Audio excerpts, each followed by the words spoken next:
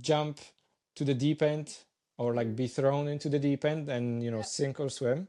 Yep. Then slow and very deliberate exposure to your fear, Yep. or ignore the concerns as it didn't exist. So I know there are people who would be like I've heard of swimming teachers being like, somebody voiced a concern and they would be like, "Oh, come on, stop it! It's just water," and they would just like, "Just do what Oh, I say."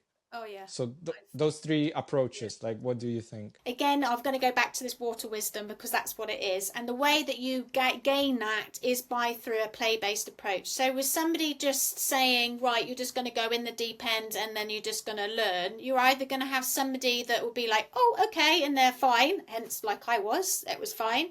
I didn't have any issues from it.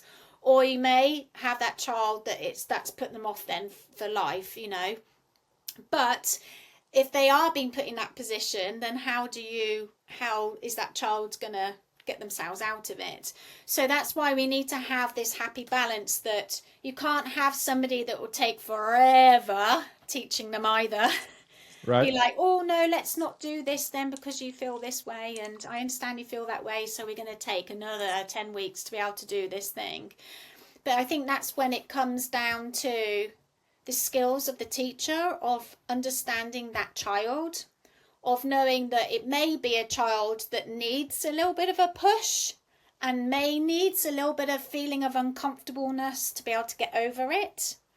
Or you may need a child that actually does need an extended period of time because that's just the child who they are and the parents are okay with that. But the parents also need to understand that if they are out of swimming lesson environment, they need to put things in place themselves. So if you are going to have a long drawn out process because your child needs that, what are you going to do then as a parent if you do go on holiday and this happens? Because it comes down to knowing that um, you still need to have these layers of protection around the child, but the parent ultimately also understanding that this could happen, so that's why I'm going to be doing this.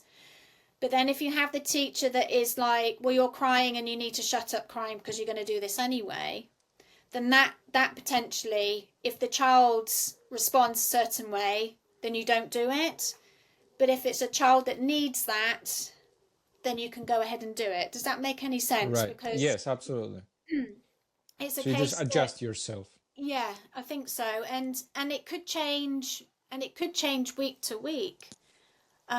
So what happens normally in leisure centres, unfortunately, is that the turnover of staff is so much that they don't get to know the swimmers. And yet, if you have, so for instance, for me, I would work with children over years and years, and I still know a lot of the children that I've taught now, and it's forming that, and you know them, they understand, and they know you, and they know, well, Helen's asking me to do this because actually I really do need to do it, and she wouldn't ask me otherwise. And I think that's the point of it too, is that you're not tricking the child to do it, so they know that, right, I'm going to tell you now, because I had one girl that she was 9 years old. She was absolutely petrified of the water, and it took us ages to even get her face in the water. But her mum said, no, we need to do it in this way.